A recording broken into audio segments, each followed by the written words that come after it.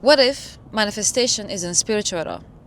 What if everything that you've been told about the law of attraction, about the vibration, about the frequency, about feeling it into existence, has a scientific explanation? Well, it does. I spent months going to the rabbit hole of quantum physics, neuroscience, psychology, and what I found completely changed how I practice manifestation. And most importantly, changed my results. So today, I'm going to explain to you the science behind manifesting. The things that they don't teach in the spiritual community. Because once you understand how it actually works, you are not going to doubt it again. So here's the thing about the manifestation community. A lot of it is asks for you to just to believe, to trust the process, to feel it. And that's true, but that's incomplete. In order for you to manifest your desire, you do have to go through all of this. Because when you hit a rough patch and when doubt creeps in, just the belief, it's not gonna work. You have to understand the mechanism behind it. This is how I was. For me, when I heard first about manifestation, it sounded like Lulu. It didn't make any sense. It has to be logical. I had to understand what actually is happening in our brains, in our subconscious mind. And then when I learned it, when I understood it, then it clicked for me. And the mechanism is real. It shows up in neuroscience labs, it shows up in quantum physics studies, it shows up in psychology studies. And the thing is, the people that are doing this, they're not doing it with crystals, they're not doing it with vision boards. They are studying and learning how our brains are reshaping. And once I understood it as biology, everything in my practice that I did made a lot more sense. So let's start with the brain. Your brain has 86 billion neurons, and every single thought you have creates an electrical signal that travels through those neurons. The more often you repeat that thought, the stronger those neural pathways become. The stronger the pathway, the more automatic that thought becomes. Scientists call this neuroplasticity. Your brain is not fixed. It's constantly rewiring itself based on what you think, what you believe, and what you feel. Now, here's where manifestation comes in. When you script every morning, when you visualize every day, you are not just doing it from the spiritual side. You are strengthening. First, you're creating, and then you are making them stronger and stronger, those neural pathways. That means that if you continue doing the same thing every morning, so if you script every morning, you'll make this as a thought, you'll make this practice or whatever you're scripting about, you will, in your subconscious mind, it will become like a stamp.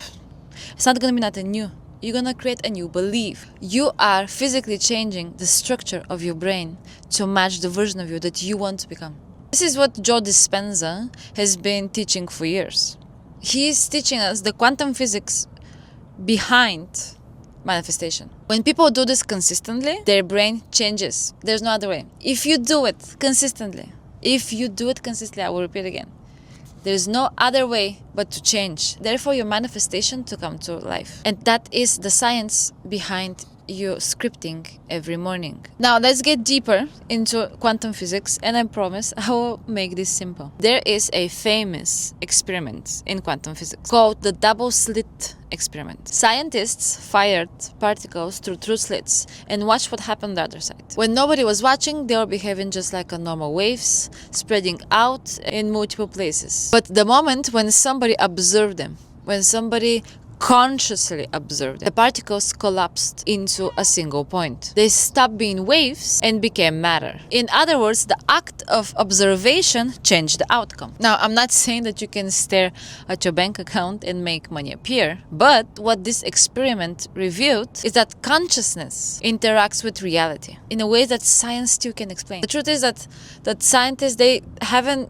truly understand it yet. Why is this happening? The observer is not separated from the experiment. You are not separated from your reality. This is the quantum physics basics about the law of attraction. Your focused attention consistently deliberates observation of the desired reality. It's not passive. It's an active force.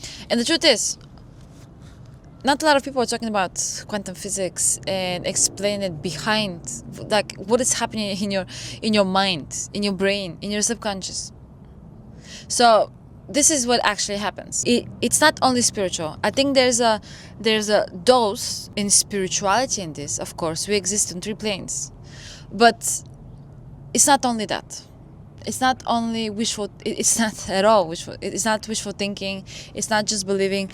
If you understand how it works, that's why I'm doing this, because I was so fascinated by it. When people actually understand it, it will make sense to them, like it makes sense for me. Let's talk about the third piece, and this one is my favorite one because it's the practical one. Inside your brain stem, there's a system that it's called, and I'm gonna read it so I can say it correctly, reticular activation system, or RIS, and its job is to filter information, because at every single moment your brain is receiving 11 million bits of information per second. You can imagine how much information we consume, and it can only consciously process 50. So the RAS decides what you noticed. So here is the fun part. Have you ever wanted a new car, or you saw a car that you really liked, and all of a sudden you start seeing it everywhere? And this is also the red car theory, right? If you go on the street and you concentrate on seeing red cars, you will see a lot of red cars. Okay, but if you not paying, if your mission is not to go look at the red cars, probably you're not gonna notice any red car. So I have a company here. So thing is, the car was always there, but the RIS was just filtering them. So when you put your attention on a specific thing, then that filter, the RIS start showing you. It concentrates.